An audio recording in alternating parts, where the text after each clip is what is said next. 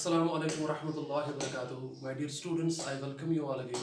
I'm your chemistry tutor Yasir sir, and this is video lecture number 7 for the class 12th. We are discussing the chapter amines and आज का हम preparation methods जो है वो continue कर रहे हैं और आज के वीडियो लेक्चर में जो है हम आज पढ़ेंगे Gabriel phthalimide synthesis. My dear students, ये एक नेम्ड रिएक्शन है, बहुत ही इंपॉर्टेंट रिएक्शन है जिस सिंथेसिस से हम स्पेशली प्राइमरी अमाइंस बनाते हैं। तो ये बात आप याद रखिए, मैं आपको बाज़ाब्ता इस रिएक्शन की सारी डिटेल्स दूंगा along with the mechanism. The most important thing is that it's a named reaction and it is a very important reaction. और चलिए इस रिएक्शन को जो है वो डिस्कस करते हैं आज के वीडियो लेक्चर में। तो देखिए, पहली बात आपको समझ आया होगा कि गैब्रियल जो है एक साइंटिस्ट है। थैलामाइड जो यहाँ पे वर्ड इस्तेमाल किया गया है, it has been used for a particular substance, for a particular compound, जिसका मैं स्ट्रक्चर आपको दे दूंगा। और सिंथेसिस का मतलब है प्रिपरेशन, ठीक है ना। यानी कि आप बेसिकली यहाँ पे अमाइंस की प्रिपरेशन करते हो, सिंथेसिस करते हो थैलामाइड से, जो कि आपका पैरेंट कंपाउंड होता है, और उससे उसी रिएक्शन को आप कहते हो गैब्रियल्स थैलामाइड सिंथेसिस। तो बेसिकली ये क्या है? ये एक नेम्ड रिएक्शन है, बहुत ही इंपॉर्टेंट रिएक्शन है। ये एक नेम्ड रिएक्शन है, इस बात को ध्यान में रखेंगे आप। And this is a very very important reaction. तो मैं यहाँ पे स्टार डाल देता हूँ, ये बहुत ही इंपॉर्टेंट रिएक्शन है। देखिए, ये इंपॉर्टेंट रिएक्शन है। अब देखो होता क्या है इसमें। पहले मैं आपको आउटव्यू बताऊंगा इस रिएक्शन का, और उसके बाद हम इसकी मैकेनिज्म की तरफ जाएंगे, ठीक है। देखिए, सबसे पहले क्या करना है, हमने जो पैरेंट स्टार्टिंग मटेरियल जो लेना है, पैरेंट कंपाउंड जो लेना है इस रिएक्शन में, वो क्या है? वो थैलामाइड है। थैलामाइड होता क्या है? पी इसमें साइलेंट रहता है, हम इसको प्रोनाउंस नहीं करते हैं। तो थैलामाइड जो होता है उसका स्ट्रक्चर ये है, देखिए।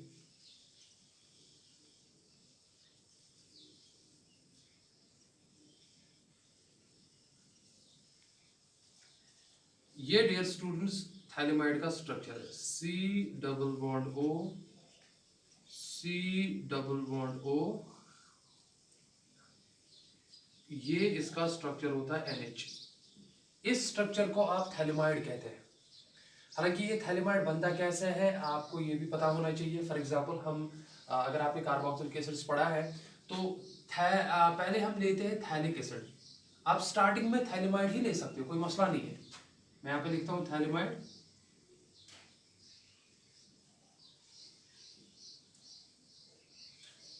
ये थैलामाइड है आपका। हालांकि अगर आप ये बताओगे सर थैलामाइड बनता कैसे है, तो वो भी मैं आपको बताऊंगा थैलामाइड बनता कैसे है।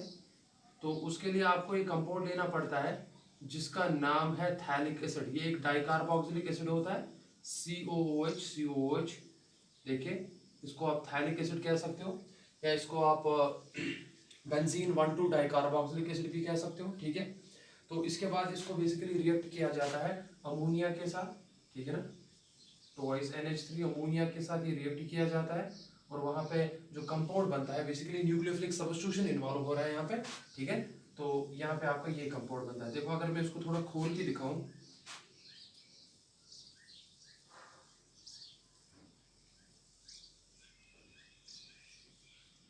ये C डबल बॉन्ड OOH है, and this is also C double bond OOH। तो यहाँ पे अमोनिया पे नाइट्रोजन पे लोन पेयर ऑफ इलेक्ट्रॉन होती है, ठीक है ना। तो बेसिकली यहाँ पे न्यूक्लियोफिलिक सब्स्टिट्यूशन होता है, और हाइड्रोक्सिल ग्रुप्स जो है वो दो बाहर जाते हैं। तो यहाँ पे जो स्ट्रक्चर बनता है वो ये बनता है, चेक कीजिए। स्ट्रक्चर यहाँ पे ये बनता है डियर स्टूडेंट्स, NH2 डाइअमाइड बनता है, CONH2, ठीक है। और उसके बाद आप क्या करेंगे काम, इस स्ट्रक्चर को हमने हीट करना पड़ता है, इस स्ट्रक्चर को हमने हीट करना पड़ता है। तो जब आप इसको हीट करते हैं डेल्टा, जब आप हीट करेंगे तो आपका ये स्ट्रक्चर बनता है। हीट करने से क्या होता है? हीट करने से एक अमाइन ग्रुप जो है, बेसिकली यहाँ पे इंट्रामॉलिक्यूलर जो है वो न्यूक्लियोफिलिक अटैक होता है। हीट करने से यहाँ पे जाता है, और उसके बाद इसमें पॉजिटिव आता है, और ये यहाँ से बाहर जाता है, ये NH2 नेगेटिव के हिसाब से बाहर जाएगा और इस नाइट्रोजन पे पॉजिटिव चढ़ेगा, वो H प्लस छोड़ेगा, वो H प्लस इस NH2 के साथ जाएगा, अमोनिया गैस बाहर निकलता है और यहाँ पे जो आपका बनता है वो भी बनता है C डबल बॉन्ड O। देखिए C डबल बॉन्ड O, देखिए C double bond O, C double bond O। और इस NH2 में से जब नाइट्रोजन लोन पेयर एक कार्बन को यहाँ से कार्बन को डोनेट करता है, आप इस वाले से भी दिखा सकते हैं, ठीक है ना। तो यहाँ से फिर एक H प्लस बाहर जाता है बिकॉज नाइट्रोजन पॉजिटिव होता है, तो बचता है यहाँ पे खाली NH है, तो वो मैं ऐसे दिखाऊंगा NH। चेक कीजिए, ये देख लीजिए। अब इस स्ट्रक्चर को और इस स्ट्रक्चर को आप गौर से देख लीजिए। पहले बेंजीन रिंग है, उसके बाद है C double bond O, C double bond O, देखिए C double bond O, C double bond O, और नाइट्रोजन के साथ हाइड्रोजन जुड़ा रहता है। इस स्ट्रक्चर को आप थैलेमाइड कहते हैं, phthalimide, PTHALIMIDE। Dear student, this is called as thalamide, and you all know that here is the lone pair of electron on nitrogen atom. अब देखिए, अब क्या किया जाता है, इस थैलेमाइड स्ट्रक्चर को हम एक बेस के साथ ट्रीट करते हैं। बेस आप पोटेशियम हाइड्रोक्साइड भी ले सकते हो और बेस आप फॉर एग्जांपल सोडियम हाइड्रोक्साइड भी ले सकते हो। मैं आपको बताऊंगा क्यों लेते हैं, और इनका नेचर जो है वो अल्कोहलिक लिया जाता है, यानी कि सॉल्वेंट जो है वो अल्कोहल लिया जाता है, ध्यान में रखें। बेस क्या करता है, बेस आपको पता है उसमें OH नेगेटिव होता है, और सिंस यहाँ पे C डबल बॉन्ड और 2 कार्बोनिल ग्रुप अटैच्ड है, ठीक है ना, तो यहाँ पे नाइट्रोजन पे जो लोन पेयर ऑफ इलेक्ट्रॉन होती है वो रेजोनेंस में इन्वॉल्व होती है इनके साथ, तो इसका मतलब है नाइट्रोजन पे पार्शियल पॉजिटिव चार्ज आता है, जिसकी वजह से इस H की जो है इस H का हाइड्रोजन का एसिडिक कैरेक्टर जो है वो इंक्रीज होता है, बिकॉज नाइट्रोजन की इलेक्ट्रोनेगेटिविटी डोनेट करने से इंक्रीज होती है, उसमें पॉजिटिव चार्ज चढ़ेगा, तो वो नाइट्रोजन हाइड्रोजन बॉन्ड को अपनी तरफ ज्यादा खींचेगा, यानी कि यहाँ पे हाइड्रोजन जो है थैलेमाइड का NH वो एसिडिक कहलाता है। अब ये एसिडिक प्रोटॉन कितना इजीली रिमूव होगा, और अगर आप यहाँ पे बेस से रिएक्शन कर रहे हैं, देखिए K positive and OH negative या Na positive and OH negative, तो इसको आराम से यहाँ से खींच लेता है, यहाँ से आराम से इसको खींच लेता है। तो देखिए जब ये आराम से खींच लेगा, वाटर तो बाहर चला गया, मैं लिखूंगा यहाँ पे माइनस वाटर तो बाहर चला गया, तो यहाँ पे मीडियम क्या है, अल्कलाइन। तो आप थैलेमाइड को पोटेशियम हाइड्रोक्साइड के साथ ट्रीट करते हो, तो यहाँ से H बाहर जाएगा, उसके बाद देखो ये बॉन्डेड इलेक्ट्रॉन सारे के सारे किस पे जाएंगे, ये नाइट्रोजन पे जाएंगे, नाइट्रोजन पे नेगेटिव आएगा, और यहाँ पे K पॉजिटिव या Na पॉजिटिव इसके साथ रख दो आप, तो क्या बनेगा, देखिए यहाँ पे मैं स्ट्रक्चर बनाऊंगा,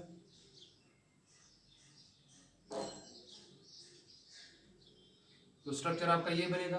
चलो ठीक है, मैं डीलोकलाइज्ड रिंग डायरेक्टली बनाऊंगा, it will be C double bond O, C double bond O, यहाँ पे N पे नेगेटिव और इसके साथ K पे पॉजिटिव। इसको कहते हैं, सिंस ये साल्ट है, बिकॉज साल्ट वो सबस्टेंस होता है जिसमें कैटायन एंड एनाइन पार्ट होता है, तो cation is K plus, anion is whole this, ठीक है, तो इसको थैलेमाइड आयन भी कहते हैं। अगर आप यहाँ पे खाली K प्लस को बाहर करोगे, खाली आप N नेगेटिव तक दिखाओगे, इसको थैलेमाइड आयन भी कहते हैं। It's a very strong base, ठीक है ना, बिकॉज हालांकि उतनी ज्यादा स्ट्रॉन्ग भी नहीं है, बिकॉज नेगेटिव चार्ज जो है वो रेजोनेंस के साथ इन्वॉल्व होता है यहाँ पे। लेकिन एक चीज आपको याद रखनी है दैट यहाँ पे जो कंपाउंड बना, दिस इज साल्ट, और इसका नाम क्या पड़ेगा, इसको कहते हैं हम पोटेशियम थैलेमाइड, पोटेशियम थैलेमाइड। तो मैं यहाँ पे लिखता हूँ पोटेशियम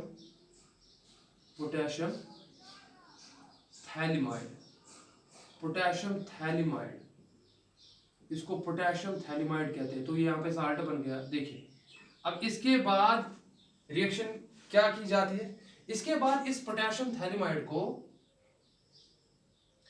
RX के साथ ट्रीट किया जाता है, अल्काइल हैलाइड के साथ ट्रीट किया जाता है। ध्यान दें, सिंस आपको पता है अल्काइल हैलाइड जो है उसमें X नेगेटिव जो है वो डेल्टा नेगेटिव होगा, ये डेल्टा प्लस होगा, ठीक है ना। मैं जल्दी जल्दी दिखा रहा हूँ, मैं बाद में मैकेनिज्म दिखाऊंगा। और उसके बाद जो है आप देखो ये बॉन्ड पोलर है, तो यहाँ पे नाइट्रोजन पे जो इलेक्ट्रॉन पेयर होती है एज अ नेगेटिव, तो यहाँ पे बेस एक्ट करती है, तो यहाँ पे X नेगेटिव बाहर चला जाता है, बिकॉज X नेगेटिव जो होते हैं halides, they are good leaving groups. तो बेसिकली यहाँ पे न्यूक्लियोफिलिक सब्स्टिट्यूशन हो रही है, SN2 रिएक्शन हो रही है, यहाँ पे SN2 हो रही है, यहाँ पे reaction nucleophilic substitution bye molecular.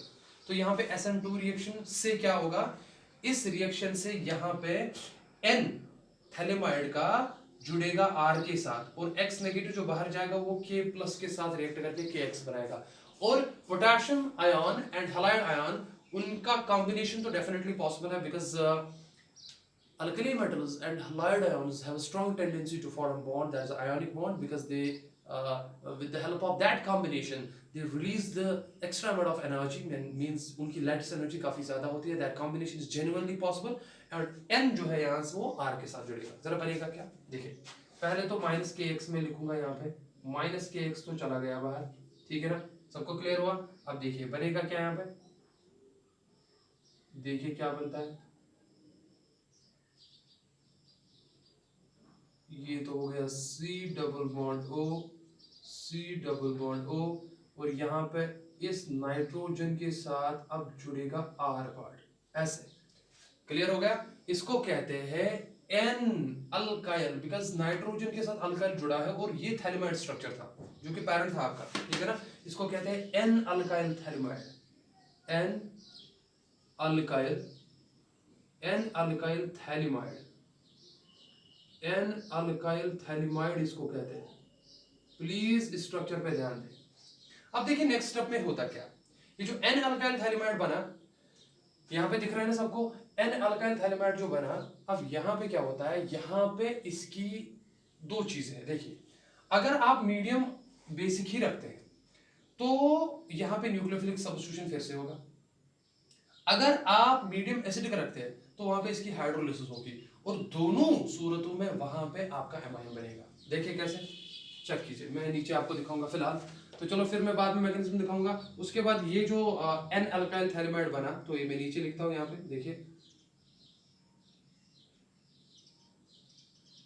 देखिए C double bond O, C double bond O,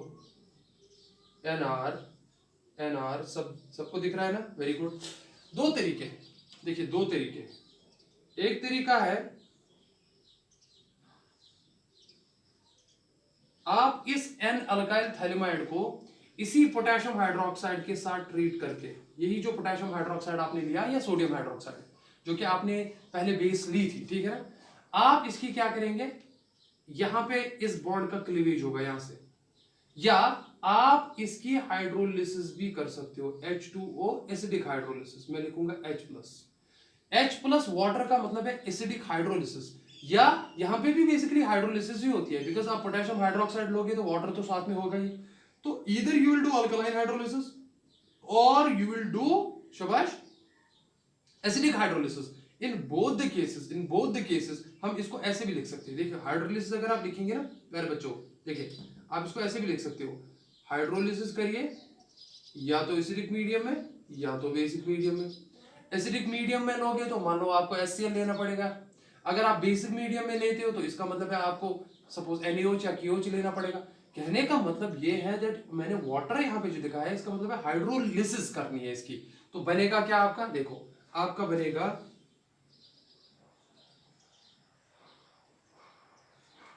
आपका ये साल्ट बनेगा C डबल बॉन्ड O, और इसके साथ जो बाद में दिखाऊंगा मैं मैकेनिज्म में, वो नेगेटिव, और अगर पोटेशियम हाइड्रोक्साइड लिया था तो K+, अगर सोडियम हाइड्रोक्साइड लिया था तो Na+. ये बन जाता है इसका साल्ट, ये बन जाता है इसका साल्ट, देखिए. और साल्ट में बाकी आप देखोगे लास्ट में R और इस हाइड्रोजन नाइट्रोजन के साथ दो हाइड्रोजन ऑटोमेटिकली जुड़ जाएंगे, वो मैं मैकेनिज्म में दिखाऊंगा. तो ये बन गया आपका RnH2, ये बन गया आपका प्राइमरी अमाइन, ये बन गया आपका प्राइमरी. देखिए तो ये जो गैब्रियल थैलेमाइड सिंथेसिस मैंने आपको एक नेम्ड रिएक्शन का ओवरव्यू बताया, ठीक है ना, तो ये एक इंपॉर्टेंट रिएक्शन है जिससे आप एक्सक्लूसिवली खाली प्राइमरी अमाइंस बनाते हो. आप खाली उसे प्राइमरी अमाइंस बना सकते हो. प्राइमरी अमाइंस के अलावा डियर स्टूडेंट्स आप इसे कोई भी अमाइन नहीं बना सकते हो. सेकेंडरी अमाइन नहीं बनता इससे, टर्शियरी अमाइन नहीं बन सकता, इनफैक्ट इनसे एरोमेटिक प्राइमरी अमाइन भी नहीं बनते. तो this is the very important point regarding the Gabriel's thalamide synthesis, that this method, this reaction is first the named reaction, second this method is exclusively used for the preparation of only and only primary amines, and that too alkyl amines. aromatic primary amines भी इससे नहीं बनते, यानी कि अगर आप aniline बनाना चाहो तो वो नहीं बनेगा, इससे डेफिनेटली नहीं बनेगा. उसका रीजन मैं बाद में बताऊंगा, पहले मुझे मैकेनिज्म दिखाने दो आपको. यहाँ पे ये सबको क्लियर हो गया, ठीक है ना. तो वो आपका RNH2 प्राइमरी अमाइन बन गया। तो अभी हम मैकेनिज्म की तरफ जाएंगे, ठीक है। तो चलिए ठीक है, मैकेनिज्म करते हैं।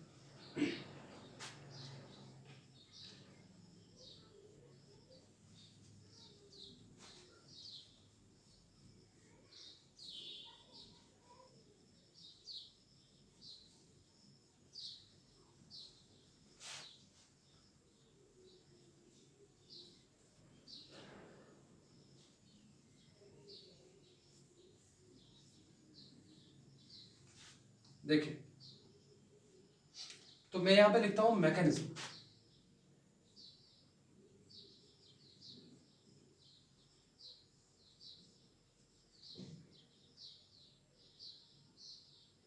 मैकेनिज्म देखिए, पहले क्या होगा, पहले आप थैलेमाइड लेंगे, सबको पता है। जैसे मैंने आपको कुछ स्टेप्स तो मैंने वैसे वहां पे क्लियर कर दिया आपको। तो पहला क्या है, आपके पास थैलेमाइड है, तो ये रहा आपका थैलेमाइड। स्ट्रक्चर को प्रैक्टिस भी करनी है, बनाना आना चाहिए।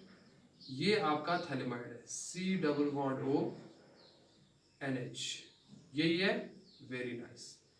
अब जो ही आप इसको पहले बेस के साथ ट्रीट करते हो, मान लो आपने इसको पोटेशियम हाइड्रोक्साइड के साथ ट्रीट किया, और आपको पता है potassium hydroxide is a source of hydroxide ion, that means a base. ये आपको पता है that OH negative acts as a strong base.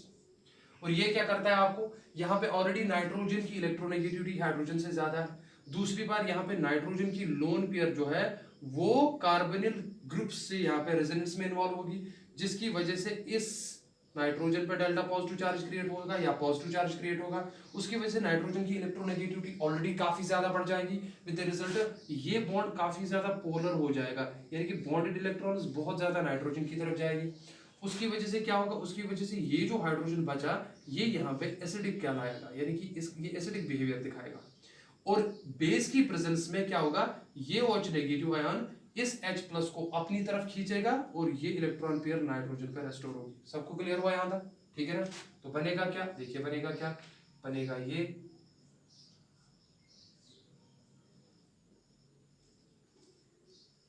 आप इसको सीधे ऐसे भी दिखा सकते हैं, कार्बन लिखने की जरूरत नहीं है, आप इसको डायरेक्ट ऐसे भी दिखा सकते हो। इसका मतलब ही यहाँ पे कार्बन है।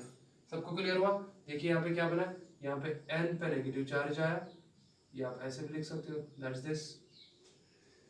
यहाँ पे इंटरसेक्शन पे इट्स अंडरस्टूड इट्स कार्बन, ठीक है ना, कार्बन अलग से लिखने की जरूरत नहीं है। देखिए अब सिंस नाइट्रोजन पे पॉजिटिव चार्ज आया तो यहाँ पे K पे पॉजिटिव, नाइट्रोजन पे नेगेटिव चार्ज आया, दिस इज थैलेमाइड आयन। लेकिन सिंस न्यूट्रलिटी बैलेंस करने के लिए इसके साथ K+ रहेगा यहाँ पे, तो इसको कहते हैं N पोटेशियम थैलेमाइड।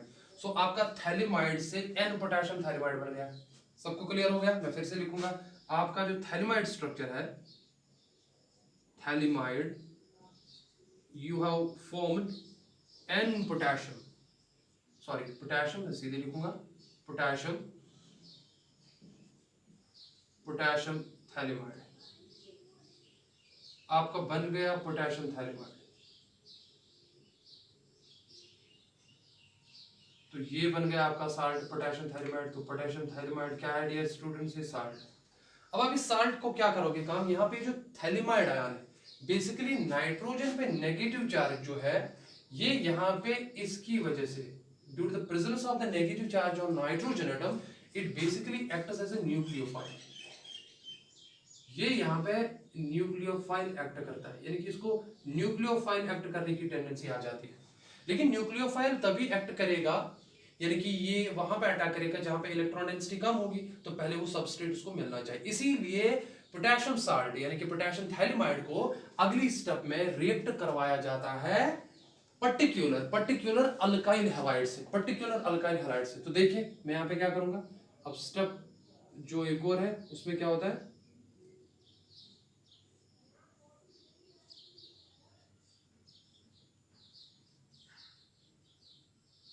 देखिए यहाँ पे सबको क्लियर हो रहा है ना। देखिए तो नेगेटिव चार्ज नाइट्रोजन पे है और इसके साथ K+ जुड़ा है ऐसे। लेकिन जो ही हम इसको किसी पर्टिकुलर अल्काइल हैलाइड RX के साथ ट्रीट करते हैं, और आपको पता है X being highly electronegative as compared to the carbon atom containing in the R part, ठीक है ना, it has more electronegativity, therefore bonded electrons will be more towards halogen, therefore it develops a slight negative charge and R develops a slight positive charge. And second, it acts as a nucleophile here, so this is a nucleophilic center जहाँ पे nucleophile attack करेगा. Nucleophilic centre वो होता है जहाँ पे nucleophile attack करता है, ठीक है ना. क्यों करेगा यहाँ पे अटैक? बिकॉज कार्बन पे इलेक्ट्रॉन डेंसिटी कम है, वहां पे पॉजिटिव चार्ज आया तो n का नेगेटिव चार्ज जो है वो वहां पे अटैक करेगा, ठीक है ना. तो यहाँ पे बेसिकली जूनियर इस पर अटैक करता है. कार्बन 5 बॉन्ड्स नहीं बना सकता, स्टीरिक हिंड्रेंस में आता है, तो इसलिए X नेगेटिव को बाहर करता है. तो बेसिकली यहाँ पे न्यूक्लियोफिलिक सब्स्टिट्यूशन हो रहा है लेकिन बायोमोलिकुलर एक साथ, और उसकी वजह से जब X नेगेटिव बाहर जाएगा वो K प्लस को अपनी तरफ खींच के माइनस के X को बाहर कर देगा. देखो माइनस के X बाहर गया, न्यूक्लियोफिलिक सब्स्टिट्यूशन बायोमोलिकुलर हो रही है, एंड विद द रिजल्ट यहाँ पे जो आपका कंपाउंड बनेगा, यहाँ पे जो आपका कंपाउंड बनेगा वो ये बनता है.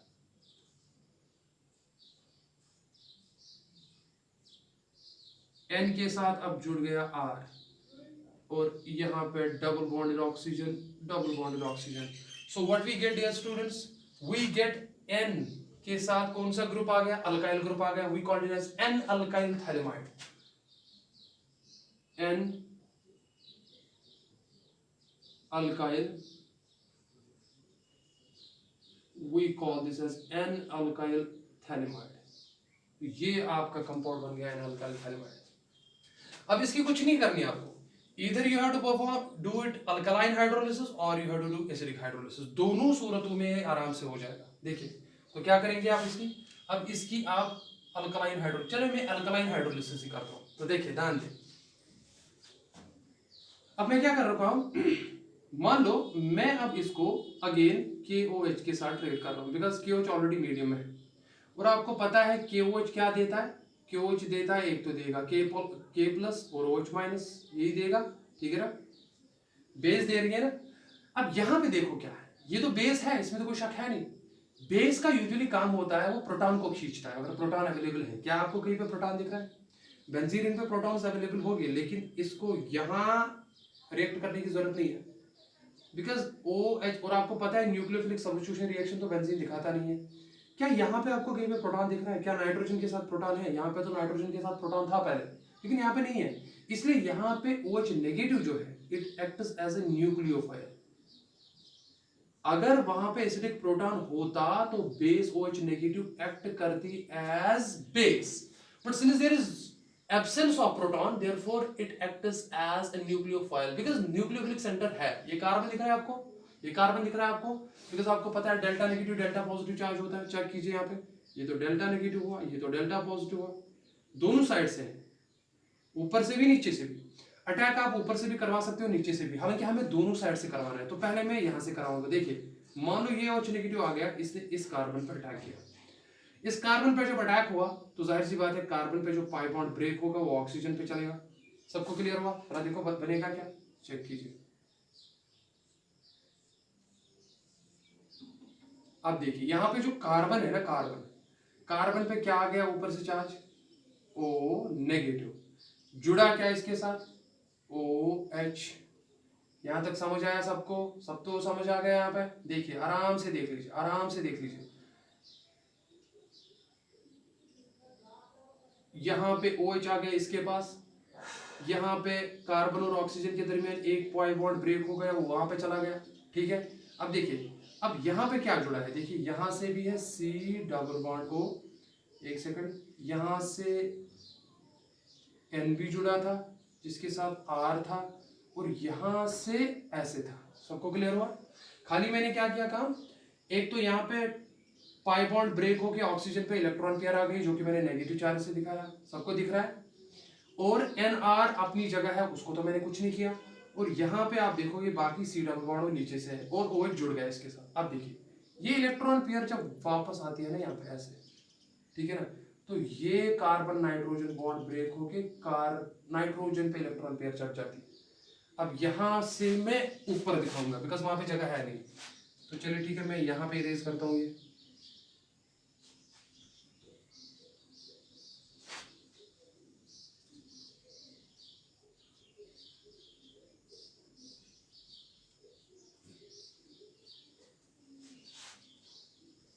चलिए मैं ऊपर ही लिखता हूं। देखिए अब होगा क्या, देखिए क्या होगा, जरा खुद ही बताइए क्या होगा। देखिए ये तो बेंजीन रिंग हो गई, ठीक है ना। अब देखिए वो कार्बन पे डबल बॉन्ड फिर से आ गया और इसके साथ OH जुड़ गया था। सबको क्लियर हो रहा है?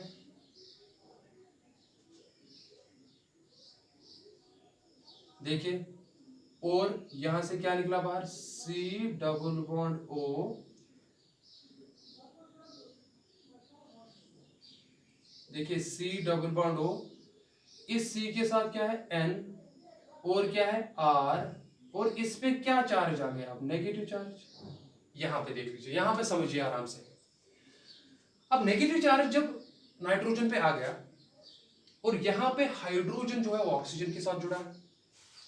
आपको ऑलरेडी पता है कि यहाँ रेजोनेंस इन्वॉल्व होगा। देखिए अगर ये इलेक्ट्रॉन पेयर यहाँ पे आ गई तो ये यहाँ पे जाएगी, ठीक है ना। उसकी वजह से इस ऑक्सीजन पे पॉजिटिव चार्ज आएगा, वो ऑक्सीजन पॉजिटिव चार्ज आएगा तो उसकी इलेक्ट्रोनेगेटिविटी बढ़ जाएगी ड्यू टू रेजोनेंस, ठीक है ना। तो उसकी वजह से ये प्रोटॉन एसिडिक है, और ये प्रोटॉन एसिडिक है ही बिकॉज ये कार्बोक्सिलिक एसिड है। COOH group is a carboxylic group, acid group. उसमें जो COOH O के साथ हाइड्रोजन जुड़ा होता है, मेरे प्यारे बच्चों वो तो एसिडिक है ही, ये तो बेसिक से है, तो पढ़ा है आपने। ये प्रोटॉन यहाँ पे एसिडिक है।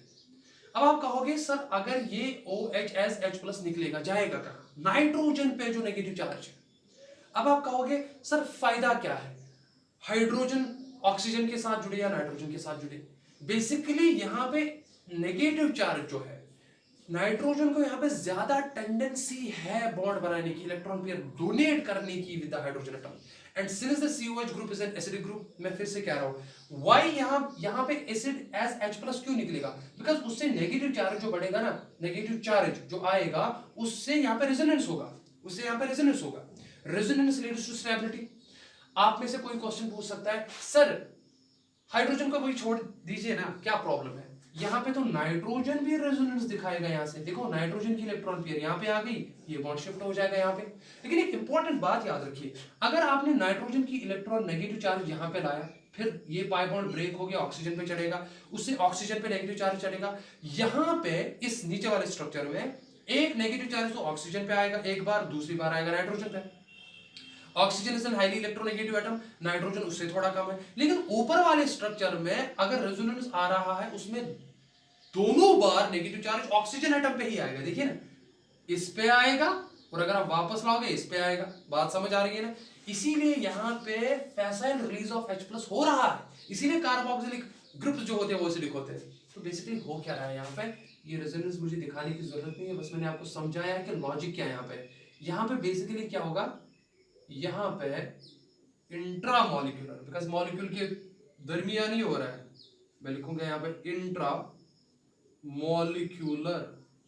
इंट्रामॉलिक्यूलर प्रोटॉन ट्रांसफर होगा।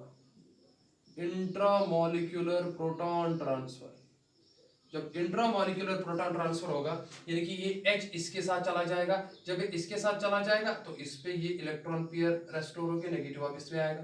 बिकॉज जो नेगेटिव नाइट्रोजन पे था जाहिर सी बात है किसी न किसी पे आना ही है, वो ऑक्सीजन पे आ जाएगा। तो क्या बना, देखिए क्या बना, देखिए C डबल बॉन्ड O, नीचे से C डबल बॉन्ड O, ठीक है। चलो मैं थोड़ा यहां की तरफ लिखता हूं,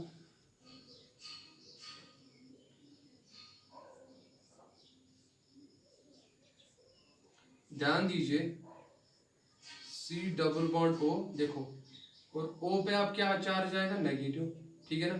अब देखो नीचे से क्या आएगा, C डबल बॉन्ड O और N R और H, तो क्या मैं लिख सकता हूं सीधे NHR, N के साथ H जुड़ेगा और वहां पे था R, ऐसे NHR।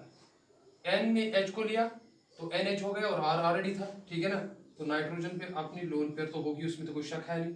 अब देखिए यहाँ पे जो नेगेटिव चार्ज आ गया, सर इसका क्या होगा, ये तो रेजोनेंस स्टेबलाइजेशन से आप दिखा सकते हो, लेकिन अगर आप इसको in terms of neutrality concept दिखाओगे, ये OH नेगेटिव जो निकला था उसका K प्लस जो रह गया था वो आप यहाँ पे दिखा सकते हो ऐसे।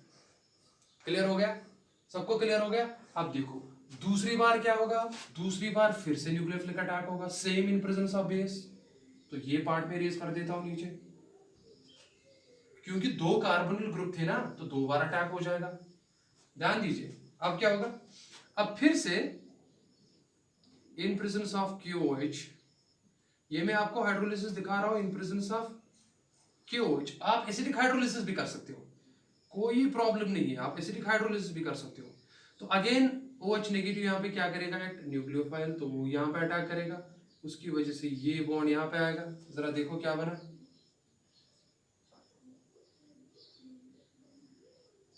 देखिए C double bond O negative K plus, ये तो समझ आ गया आपको। अब नीचे देखो क्या आएगा, अब C के साथ क्या जुड़ा, देखिए C के साथ, चलो मैं यहाँ पे ऐसे दिखा रहा हूँ, C के साथ एक तो OH जुड़ा, वो तो मैं ऐसे दिखाऊंगा OH, ये OH जो जुड़ा C के साथ, और ये नेगेटिव में एक सेकंड NHR में यहाँ से दिखाऊंगा NHR, और यहाँ पे दिखाऊंगा मैं O negative. Is it clear to you? Is it clear to you? देखिए यहाँ पे इस पे नेगेटिव चार्ज आ गया, OH जुड़ गया इसके साथ, जो नेगेटिव चार्ज OH नेगेटिव पे था वो अब ऑक्सीजन पे आ गया, अच्छी बात है, ऑक्सीजन पे नेगेटिव चार्ज आ गया। अब यहाँ पे वापस डिलोकलाइजेशन होगा और यहाँ पे ये ग्रुप बाहर जाएगा, because it's a good leaving group, because a good leaving group, dear students, a good leaving group, what will happen? Now see what will happen, मैं नीचे लिखूंगा, ये तो हो गई बेंजीन रिंग, देखिए C double bond O minus K plus, ये वाला पार्ट। अब देखो नीचे क्या होगा, नीचे होगा ये C, ये वापस आ गया डबल बॉन्ड O, और यहाँ पे क्या आ गया, यहाँ पे OH है, तो मैं फिलहाल लिखूंगा OH ऐसे। अच्छा निकला क्या था बाहर, RNH, लेकिन सिंस जब इलेक्ट्रॉन पेयर नाइट्रोजन पे वापस आ गई, यहाँ से ये बॉन्ड टूट गया और ये सारा का सारा इलेक्ट्रॉन पेयर नाइट्रोजन पे चला, तो ये क्या चलेगा एज, ये आएगा एज R, देखिए R, एक तो R है और ऊपर से NH है और इस पे नेगेटिव चार्ज है, नहीं आ रहा है समझ, R है NH है और ये इलेक्ट्रॉन पेयर जब इस पे आएगी वो आएगी नेगेटिव चार्ज, ये नेगेटिव चार्ज और इस प्रोटॉन को अब खींचेगा फिर से, because carboxylic group is an acidic group, यहां से फिर से ही निकलेगा और ये इलेक्ट्रॉन पेयर ऑक्सीजन पे आएगी। सबको क्लियर हो रहा, देखो क्या बनेगा, तो मैं यहां पे लिखूंगा,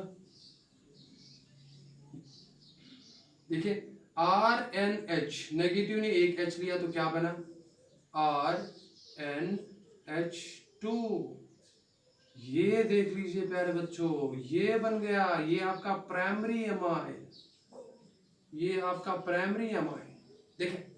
और प्लस क्या बचा, देखो इस पे नेगेटिव आएगा और ये नेगेटिव बैलेंस कौन करेगा, बिकॉज आपने पोटेशियम हाइड्रोक्साइड बेस लिया उसका K प्लस, तो और इसका साल्ट बनेगा,